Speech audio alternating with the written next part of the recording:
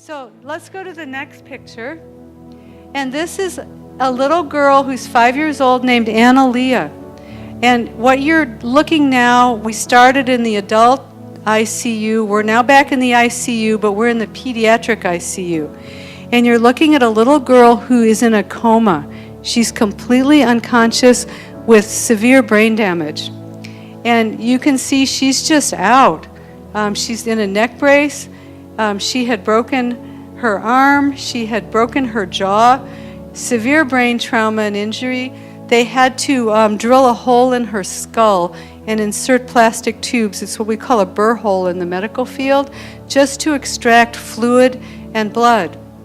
Serious injury. I've prayed for many of these kinds of patients who've been in comas with the burr holes, and I've seen healing after healing in the Lord. It's been amazing with no, residual. So she was in terrible shape. Her father was also in the car crash.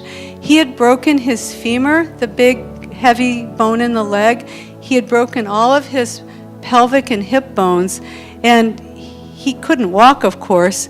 So I started to pray for him, and he began to walk again very quickly. It was awesome. But she was a real concern, and the mom, the grandmother, the family wanted me to pray for her. So I was in the pediatric ICU, and here's another picture of her. And you can see she's in a coma. She's receiving oxygen. You can see her cast, and she's asleep. And this always reminds me of that scripture in the Lord about Jesus saying that the little girl, she's just asleep. She's not dead, she's asleep. And that's how I thought of her. She's asleep.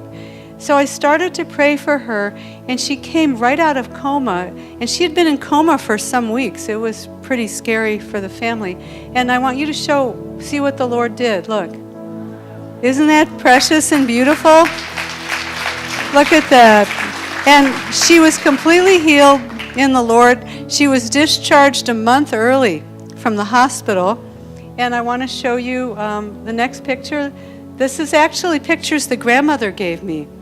Follow-up pictures. Look at, there she is with her dad, completely healed. And the last picture, there she is with her grandma.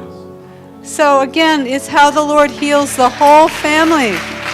Here you had two family members who were completely impaired by the enemy. The Lord healed everyone, and the family is just, just an amazing family.